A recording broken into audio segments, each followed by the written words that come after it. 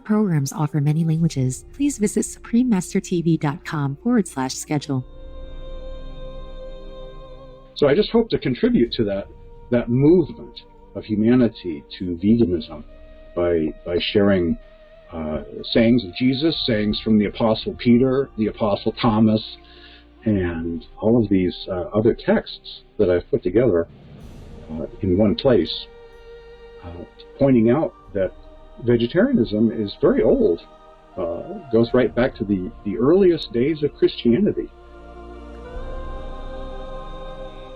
Supreme Master Ching Hai has made contributions over the years totaling $25,000 to lovingly support the work of Mr. James Bean and Spiritual Awakening Radio. Please continue watching to find out more. Ati Lihai, knowledgeable viewers. I'm Eva. Ati Lihai means hello or welcome in Inuktitut, an official language of Nunavut.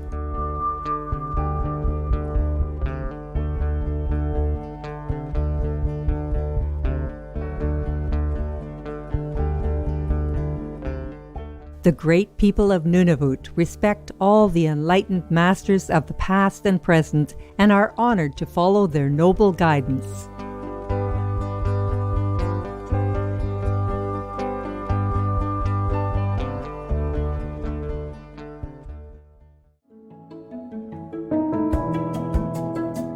Mr. James Bean of Maine, USA, launched Spiritual Awakening Radio in September 1988 out of his pure love of the great masters and their teachings.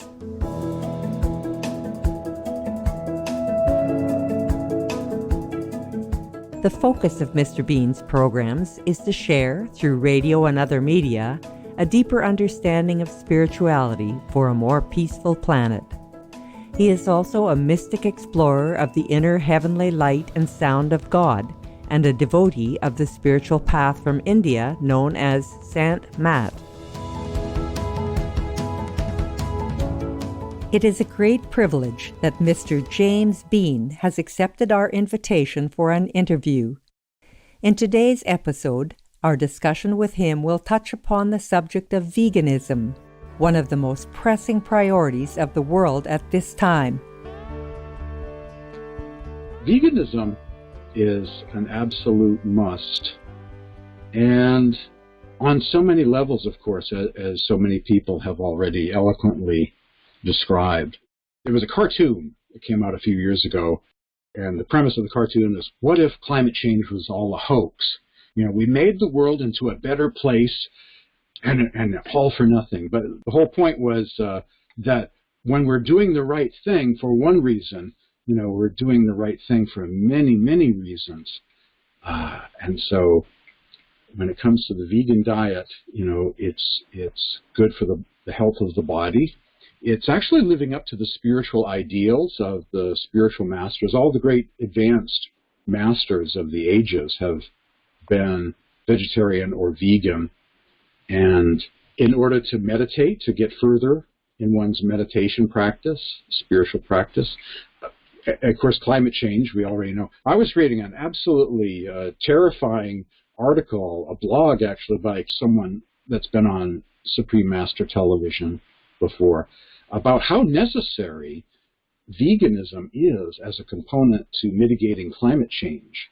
We can't prevent the tipping points unless veganism is on the table, you know, and I'm glad to see that veganism is becoming popular now, is getting adopted.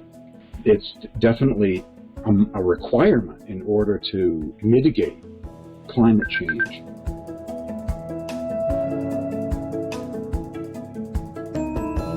In an effort to inform people that veganism has always been a requirement for spiritual truth seekers, Mr. James Bean compiled a booklet that highlights lesser-known writings in Christian scriptures regarding dietary choices. It's very long, divided into sections. Anyone can access it by going to a site called archive.org and just typing in evidence for vegetarian Jesus in the search box there, and you'll see 2 copies of this booklet I've uploaded. as an ebook that you can download for free, from archive.org. And you'll also see a couple of podcasts that I did on the same subject, and I noticed that turns up in the same search there at archive.org. And so when I came up with this booklet of vegetarian Christianity, making Christianity vegan, that's based on years of research, finding all of these amazing vegetarian passages, and actually vegan because there's no reference to dairy products either. It's all plant-based references, and they can read up on the evidence for vegetarianism of Jesus, the apostles, John the Baptist as well, and later generations of Christians and Christian movements, Gnostic Gospels, of course the Essene teachings of Judaism. I've tried to put all of that together. It's got all kinds of different sections to it. Biblical vegetarianism, the vegetarianism of the Gnostics, vegetarianism of the Ebionites, which is just a fancy name for the Hebrew Christians or the original Jesus movement of Israel. We will pause now for a constructive message and return soon. Please stay tuned to Supreme Master Television.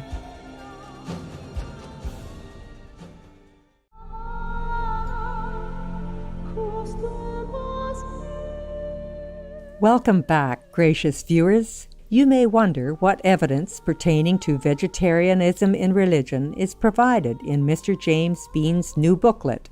Let's hear Mr. Bean reveal some of the details. I've always collected these writings, for many, many years. I started off in Christianity. I have a Christian background and then went further to the East, got very interested in the teachings of masters and mystics. But I first started out, in Christianity and some of the Western mystics, some of those medieval mystics of Europe, and, they were quite deep as well.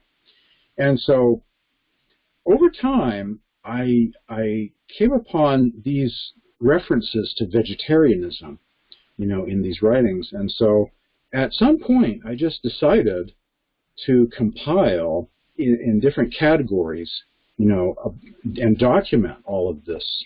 It's amazing. I don't remember what I had for lunch last Tuesday, but here we have passages that describe, the Apostle Matthew ate seeds and nuts, and you just have all of these references. John the Baptist ate carob beans, or flour ground from carob beans, made into cakes and all of this. There are all these amazing references. And it's just so surprising that most people don't realize that there is an extensive collection of vegetarian references. People have this sort of Sunday school notion about Jesus and loaves and fishes, and, and young disciples eating fish. But then the life of these disciples all kind of disappears into the fog. And as they go from new followers to mature teachers in early Christianity, all, what they had to say is all missing, is obscure. And most of these apostles, so-called 12 apostles, there are references to them being vegetarian. So there's no loaves with fishes or anything like that. They're advocating vegetarianism. And so I just felt like compiling all of these passages in different categories regarding the biblical tradition. And I'm doing this and sharing this and plan on creating a series of podcasts based on this. I just have this sort of this sense that this will help those with Christian backgrounds or orientations to go vegan, because they will see this in their own tradition. It's there. It's been there for the last 2,000 years, but they've just had no support from their religion, and some of this material isn't easy to come by, but it's there, and that's the exciting thing, that it's that there's all of these passages, with quotes from different apostles, and course, the book of Genesis advocated a vegan diet, the original Garden of Eden. That's a vegan diet advocated there. And there have been mystical movements throughout history, within Judaism and Christianity that have advocated veganism or vegetarianism, in different forms over the years.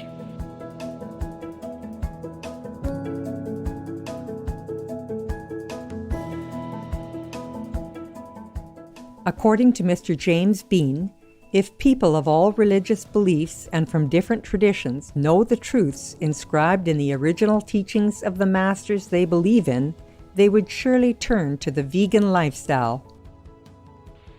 And so that history does exist, but most people don't know about it. And a lot of people in Christianity really don't associate their religion with vegetarianism. They just don't know that these things exist. And I just think that by sharing this knowledge, that it could be important to help millions of Christians adopt a vegan diet. And that seems like an important thing. There are a lot of Christians in the world.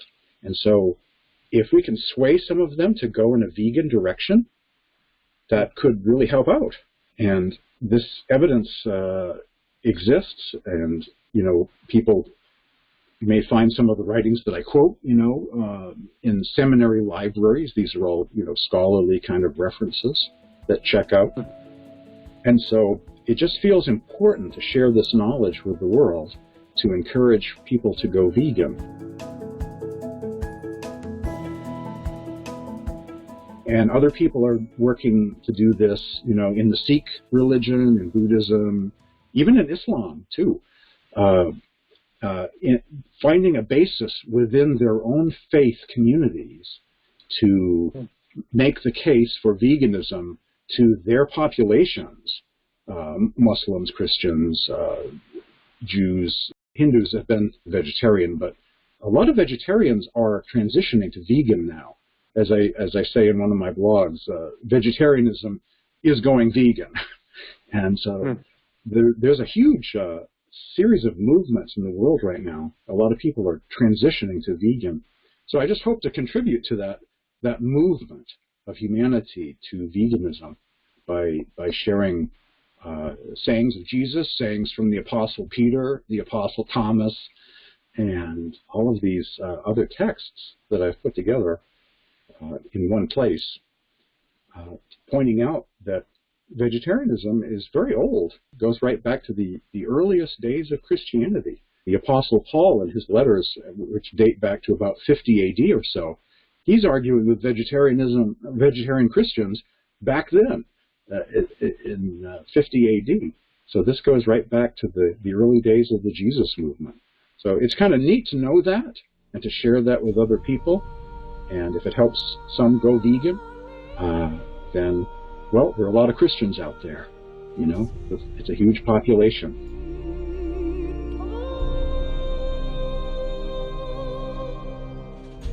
Supreme Master Ching Hai has contributed several times to further the good cause of Mr. James Bean and Spiritual Awakening Radio. In 2009, she offered $5,000 along with some of her books, DVDs, and CDs. In 2018, she also provided the English book series, The Key of Immediate Enlightenment, Volumes 1 to 5, along with other DVDs.